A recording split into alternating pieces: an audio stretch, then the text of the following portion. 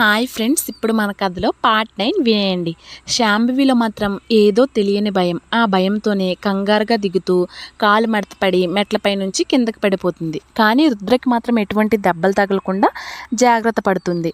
ఉమా వీళ్ళు పడిపోవడం చూసి అయ్యో అత్తయ్య అని కంగారుగా 2 అడుగులు కిందకి వేసేసరికి అప్పుడే గార్డెన్లో వెతికి పైకి వెళ్ళడం కోసం మెట్ల దగ్గరికి వచ్చిన మహాదేవ్ అయ్యో అమ్మ నీకేం కాలేదు కదా అని గాబరాగా అడుగుతూ శాంభవి చేతిలో ఉన్న రుద్రాన్ని గబాల్లా ఉమాకి ఇచ్చి శాంభవిని పైకి లేపి నెమ్మదిగా లోపలికి తీసుకువెళ్తాడు. శాంభవి ఆయాసపడుతూ గుండెలపై చేయి వేసుకుని అయోమయంగా అటు ఇటు చూస్తూ స్పృహ తప్పి సోఫాలో వాలిపోతుంది. శాంభవి ఒళ్ళంతా ఒకసారిగా చెమటలు పట్టి చల్లబడిపోతుంది. అది చూసిన మహాదేవ్ భయంతో అమ్మా నీకేమైందమ్మా అని ఏడుస్తూ ఉమా నువ్వు వెళ్ళి తొందరగా నీళ్ళు తీసుకురా అని శాంభవి అరచేతులను రుద్దుతూ ఉంటాడు. ఉమా రుద్రాన్ని పక్కన కూర్చోపెట్టి వేగంగా మంచినీళ్ళు తీసుకురావడానికి వెళ్తుంది. ఇంతలో రుద్ర నానమ్మ దగ్గరికి వచ్చి ఏం మాట్లాడకుండా మౌనంగా శాంభవినే చూస్తూ నెమ్మదిగా తన కుడి చేతిని శాంభవి బుగ్గపై ఆనించి శాంభవి అని గంభీరంగా అనేసరికి శాంభవి నెమ్మదిగా కదులుతుంది. కానీ రుద్ర ఎప్పుడూ లేనిది నానమ్మను శాంభవి అని పిలిచేసరికి మహాదేవు ఆశ్చర్యపోయి రుద్ర వైపు చూస్తున్నాడు. నీళ్ళు తీసుకువస్తున్న ఉమాకు కూడా రుద్ర పిలుపు చాలా కొత్తగా అనిపిస్తుంది. వెంటనే రుద్ర ఏమిటి నానమ్మని పేరు పెట్టి పిలుస్తున్నావు కొత్తగా అని కాస్త కసినట్టు మాట్లాడుతుంది. వెంటనే మహాదేవ్ ఏం కాదులే ఉమా ఏదో పొరపాటున వచ్చేసి ఉంటుంది, ఎవరైనా పిలిచినప్పుడు వినుంటుంది అని ఉమాతో అంటూ నీళ్ళు తీసుకుని శాంభవి ముఖంపై చిలకరించేసరికి శాంభవి స్పృహలోకి వస్తుంది.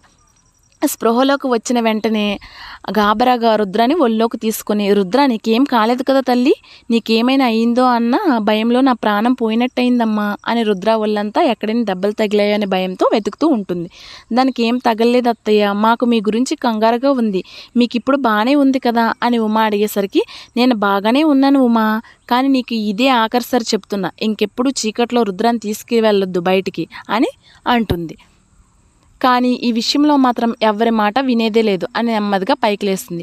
మీ భార్య భర్తలిద్దరికీ ఇదే ఆకస్సరిగా చెప్పడం, మళ్ళీ ఇటువంటి పరిస్థితి రానివ్వద్దు అని దేవ ఒడిలో ఉన్న రుద్రాన్ని చేపట్టుకుని రా రుద్ర మనం వెళ్ళి మన రూమ్లో పడుకోవచ్చు అని దగ్గరగా తీసుకొని ఒక అడుగు ముందుకు వేసి అమ్మ అని ముందుకి ఒరిగి అరికాలు పట్టుకుంటుంది. వెంటనే దేవా ముందుకు వచ్చి ఏమైందమ్మా అని గాబరాగా అడుగుతాడు. మడం బాగా నొప్పిగా ఉందిరా దేవా, అడుగు వేయనివ్వట్లేదు, బహుశా మెట్లపై నుంచి పడినప్పుడు తగిలినట్టుంది, ఏం పర్లేదులే అని నెమ్మదిగా నించుంటుంది. అది చిన్న దెబ్బ ఏంటమ్మా, కాలంతా అలా వాసిపోతే పద వెంటనే హాస్పిటల్కి వెళ్దాం అని బాధగా మాట్లాడుతున్నాడు దేవ. వద్దు దేవా ఇప్పటికేం పర్లేదు ఓర్చుకుంటాను, అంతగా తగ్గకపోతే రేపు ఉదయాన్నే వెళ్దాం అని సమాధానం ఇచ్చి నొప్పిని భరిస్తూ రుద్ర చేయి పట్టుకుని ముందుగా అడిగేస్తుంది శాంభవి. అంతా ఓర్చుకోవాల్సిన అవసరం ఏముందమ్మా అత్తయ్య, హాస్పిటల్ కూడా ఇక్కడే ఉంది కదా, ఒకసారి చూపించుకొని వచ్చేద్దాం అని అంటుంది ఉమా ప్రాణం పోయే పరిస్థితి వస్తేనే తప్ప నేను రాత్రిపూట బయటికి వెళ్ళనని తెలుసు కదా నీకు, ఇంకా పదే నా చేతి మాట ఆ మాట చెప్పించుకోవద్దు అని డీలాగా ముఖం పెట్టి నెమ్మదిగా రుద్రం తీసుకుని తన రూమ్లోకి వెళ్ళి డోర్ వేసుకుంటుంది శాంభవి. చాలా ఆనందంతో ఇంటికి వచ్చిన దేవ ఆనందం అంతా ఈ సంఘటనతో ఒకసారిగా ఆవిరైపోయింది. ఈ నిరుత్సాహంతోనే స్నానం చేసి భోజనం కూడా పూర్తి చేసి పడుకోవడానికి వెళ్తూ ఉమా ఇక పడుకోవచ్చుగా, బాగా తలనొప్పిగా ఉంది, ఆయిల్ తీసుకురా అని నీరసంగా చెప్తూ రూమ్కి వెళ్ళిపోతాడు. ఉమాదేవి తన పనంతా పూర్తి చేసుకొని కొబ్బరి నూనె తీసుకొని వాళ్ళ గదిలోకి వెళ్ళిపోతుంది. తను వెళ్ళేసరికి దేవ మంచం మధ్యలో కూర్చుని తీక్షణంగా ఏదో ఆలోచిస్తున్నట్టు కనిపిస్తున్నాడు. దేవ ముఖంలో ఏదో తెలియని సందిగ్ధం కనిపించేసరికి ఏంటండి అలా ఉన్నారు, ఈరోజు అత్తయ్య గారి దెబ్బ గురించా అని అడుగుతూ తన పక్కన కూర్చుంటుంది. అమ్మ గురించే, కానీ అమ్మ కాలికి తగిలిన దెబ్బ గురించి కాదు ఉమా, అమ్మ మానసిక పరిస్థితి గురించి తలుచుకుంటే నాకు చాలా భయమేస్తుంది. రోజుకి అమ్మలో చీకట్ల పట్ల ఉన్న భయం అపోహాలు పెరిగిపోతున్నాయి అని ధీమంగా ఉమా వైపు చూసేసరికి ఉమా ఆయిల్ చేతిలో పోసుకుంటూ అవునండి నాకు అదే భయమేస్తుంది, ఒక్కోసారి అత్తయ్య ప్రవర్తన చూస్తుంటే చాలా వింతగా అనిపిస్తుంది. పగలు అత్తయ్య చాలా హుషారుగా ఆనందంగా నవ్వుతూ మనల్ని నవ్విస్తూ తిరుగుతారు, కానీ సాయంత్రం 6 గంటలు దాటేసరికి ఆవిడలో నాకు కొత్త మనిషి కనిపిస్తారు. స్నానం చేసి తెల్ల చీర కట్టుకుని దేవుని పూజ పూర్తి చేసి మాతో ఒక్క మాటైనా మాట్లాడకుండా ఆవిడ గదిలోకి వెళ్ళి డోర్ వేసేసుకుంటారు. రుద్ర ఏదైనా అడిగినా కనీసం సమాధానం కూడా ఇవ్వరు, కనీసం ఆ మొహాలు కూడా చూడరు. తర్వాత రూమ్ మధ్యలో కింద ఒక మ్యాట్ వేసుకుని కూర్చోవడం, జపమాలతో జపం చేసుకోవడం ఇవన్నీ పెద్ద వింతైన విషయాలేం కాకపోవచ్చు. కానీ చీకటి పేరెత్తేసరికి ఆవిడలో ఏదో తెలియని కంగారు, అది భయమో లేకపోతే ఇంకేంటో అర్థం కావట్లేదండి అని నెమ్మదిగా తన మనసులో ఎన్నాళ్ళు చెప్పలేక దాచుకున్న విషయాలన్నీ దేవా తలకి ఆయిల్ మద్దం చేస్తూ చెబుతూ ఉంటుంది ఉమా మాటలు విన్న దేవ, అవును ఉమా, అమ్మ నా చిన్నప్పటి నుంచి అంతే, చీకటి పడుతుందనేసరికి అమ్మ ప్రవర్తనలో నెమ్మదిగా మార్పు వచ్చేస్తుంటుంది. నీకు ఒక విషయం చెప్పనా, కేవలం అమ్మకున్న భయం వల్ల నేను కూడా చిన్నప్పుడు చీకటంటే జడిసిపోయేవాడిని. కానీ కాలేజీలో జాయిన్ అయినప్పుడు హాస్టల్లో ఉండాల్సి వచ్చింది. అప్పుడు నా ఫ్రెండ్స్ ఇచ్చిన ధైర్యం వల్ల ఈ చీకటి అనే భయాన్ని అధిగమించగలిగాను. అమ్మో ఇంకా నయం, నేను కనుక హాస్టల్లోకి వెళ్ళకపోయింటే నా పరిస్థితి కూడా ఎలా ఉండేదేమో అని అలా ఆలోచిస్తూ ఉంటాడు. ఆ మాటలు విన్న ఉమా, ఎందుకంత సంతోషపడుతున్నారు, ఇప్పుడు రుద్ర పరిస్థితి ఏంటి ఆలోచించారా?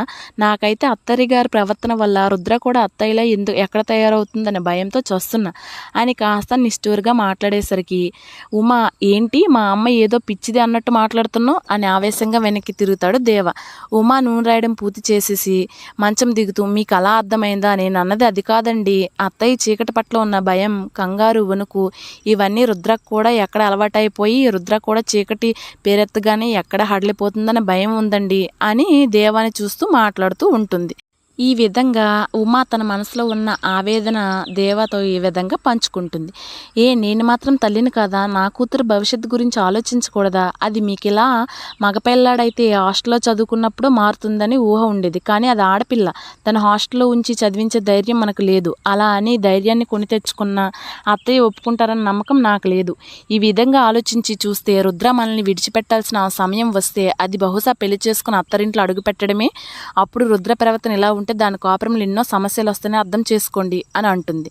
నువ్వు ఇప్పుడే పెళ్లి వరకు ఆలోచించేసావా? పెళ్లికి సమయం చాలానే ఉందిలే, ఈ లోపు ఈ సమస్యకి ఏదైనా పరిష్కారం ఆలోచిద్దాంలే అని మంచంపై వాలిపోతాడు దేవ. మొక్కై వంగందే మోనై వంగున అని సామెత తెలిసి ఉంటుందా మీకు? పిల్లలు చిన్నప్పటి నుంచి ఏ పరిస్థితి మధ్య పెరిగారో ఆ పరిస్థితుల ప్రభావం వాళ్ళపై ముసలయ్యే వరకు ఉంటాయి అని మీకు తెలీదా అని చెప్తుంది ఉమా. ఆయన నేనేం కావాలని ఇవన్నీ చెప్పట్లేదు అంటూనే తన స్వరంలో కాస్త స్వయాన్ని పెంచుతూ, ఇందాక అత్తయ్య మేడపై ప్రవర్తించిన తీరు చూసి భయపడి చెబుతున్నాను అంతే అని తను కూడా మంచపై వాలి ఏదో ఆలోచిస్తూ పైకి చూస్తుంది. ఉమాలో తెలియని కలవరం. ఉమా మాటలు దేవ మనసులో ఉన్న అలజడిని ఇంకాస్త పెంచేశాయి. వెంటనే అరచేతుల్ని తల కిందకి దిండ్లా పెట్టుకుని పైకి చూస్తున్న దేవ నెమ్మదిగా ఉమా వైపు చూసి, ఉమా, అసలే చాలా చిరాగ్గా ఉందంటే నువ్వింకా విసిగి తెప్పిస్తున్నావు. ఇన్ని చెప్పే బదులు నువ్వేమనుకుంటున్నావు సూటుగా చెప్పేయచ్చు కదా. అలా అని మా అమ్మని ఒంటరిగా వదిలేసి వేరే కాపురం పెడదామని మాత్రం అనవు కదా అని అనుమానంగా చూస్తాడు దేవ. చచా, అంత దారుణంగా కనిపిస్తున్నానా మీ కంటికి? నేను అత్తయ్యని మీరు వదిలిపెట్టి వెళ్దామన్నా నేను వెళ్ళను. ఎందుకంటే నేను ఇంట్లో కోడలుగా అడుగుపెట్టిన పేరే తప్ప అత్తయ్య నిజానికి నన్ను ఎప్పుడు కోడలుగా చూడనే లేదు, కూతురులానే చూస్తారు. అటువంటప్పుడు నేను అలా ఎలా ఆలోచిస్తానండి అని దేవ వైపు చూస్తూ చెబుతుంది. ఆ మాటలు విన్న దేవకు వెంటనే కళ్ళల్లో గిర్రను నీళ్ళు తిరిగేశాయి. ఆ తడికలతో ప్రేమగా ఉమాను దగ్గరకు తీసుకుని, నన్ను క్షమించు ఉమా, నువ్వేంటో తెలిసి కూడా నీకు బాధ కలిగించేలా మాట్లాడాను అని ఉమాని తలని నిమురుతూ, అయినా మీకు ఎప్పుడు నా మంచితనం అర్థమైందిలేండి, ఎప్పుడు ఎదుటివారు చెప్పేది పూర్తిగా వినకుండా ఆవేశపడటం తప్ప అని దేవ భుజంపై తన తలను ఆనించి పడుకుంటుంది. ఏమండి, ఏమనుకోనంటే మీకు ఒకటి చెప్పనా అని దేవ వైపు చూస్తూ మాట్లాడుతుంది ఉమా. చెప్పు ఉమా, కానీ నాకు ఆవేశం రాని విషయం చెప్పడానికి ప్రయత్నించు అని కొంటిగా ఉమా వైపు చూస్తాడు. ఆ మాటకి ఉమా కళ్ళని పెద్దవి చేసి కోపంగా దేవ వైపు చూస్తూ పైకి లెగిసిపోతుంది. ఉమా కోపం వచ్చిందన్న అర్థమైన దేవ నవ్వుతూ, సారీ ఉమా, నువ్వేదైతే చెప్పాలనుకుంటున్నావో అదే చెప్పు. ఒకవేళ నాకు కోపం వచ్చినా ఆ కోపాన్ని అదుపులో పెట్టుకోవడానికి ప్రయత్నిస్తాను అని ఉమా చేయి పట్టుకొని ఆపుతూ ఉంటాడు. ఉమా ఒక్కసారిగా ఆగి అక్కడే కాలు కట్టుకున్న దేవకు ఆనుకొని కూర్చొని, రేపు ఒకసారి అత్తయ్యని హాస్పిటల్కి తీసుకువెళ్ళి చూపిద్దామండి అని అడుగుతుంది. ఉమా తడబాటును చూసి చిన్నగా నవ్వుతూ, దేవా, ఈ మాత్రం దానికి అంత తడబాటు ఎందుకు ఉమా, అమ్మ కాలు గురించేగా, రేపు తప్పనిసరిగా తీసుకెళ్దాంలే అని అనేస్తాడు దేవ. అబ్బా, నేను అనేది కాలు గురించి కాదండి, అది ఈ రోజు కాకపోయినా 4 రోజులైనా తగ్గిపోతుంది. మనం ఇప్పుడు ఆలోచించాల్సింది ఏంటంటే ఆ అత్తయ్య మానసిక పరిస్థితి గురించి. రుద్ర విషయం పక్కన పెట్టిన అత్తయ్య వయసు 7 పదుకులకు చేరుకుంటుంది. ఈవిడ ఈ టైంలో విషయంలో ఎంత ప్రశాంతంగా జీవితాన్ని ఆస్వాదిస్తారో అంత ఎక్కువ కాలం ఆరోగ్యం ఉంటారు. అలా కాకుండా ఇలా ప్రతి చిన్న విషయానికి జడుస్తూ ఉంటే అది అత్తయ్య ఆరోగ్యానికి ఇంకా క్షీణించేలా చేస్తుంది. కాబట్టి అత్తయ్యని రేపు ఒకసారి సైకియాట్రిస్ట్ దగ్గరికి తీసుకెళ్దామండి. అత్తయ్యని మానసిక పరిస్థితి గురించి చెప్దాం. ఆయన దీనికి ఏమైనా ట్రీట్మెంట్ ఉందా అంటే మన అత్తయ్య విషయంలోనే కాకుండా రుద్ర విషయంలో కూడా ఊపి పీల్చుకున్నట్టు అవుతుంది అని అనేసరికి, ఉమా ఏం మాట్లాడుతున్నావు, నీకు అర్థమవుతుందా? అమ్మని సైకియాట్రిస్ట్ దగ్గరికి తీసుకువెళ్తే అమ్మ ఎంత ఫీల్ అవుతుందో నీకు తెలీదా?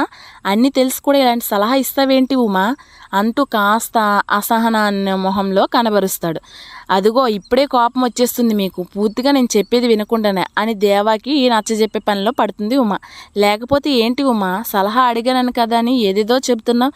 అయినా అమ్మని ఈ వయసులో హాస్పిటల్కి తీసుకెళ్ళి పిచ్చిది అని ముద్ర వేయించడం ఏమైనా మంచిదా అని దీనంగా ముఖంగా పెడతాడు దేవ పరిస్థితి చూసి జాలిపడ్డ ఉమా ప్రేమగా, అత్తయ్య అంటే నాకు ప్రేమ లేక కాదండి, అయినా నేను చెప్పింది సలహా కాదండి. తప్పకుండా మనం అత్తయ్యని పట్ల తీసుకోవాల్సిన బాధ్యత.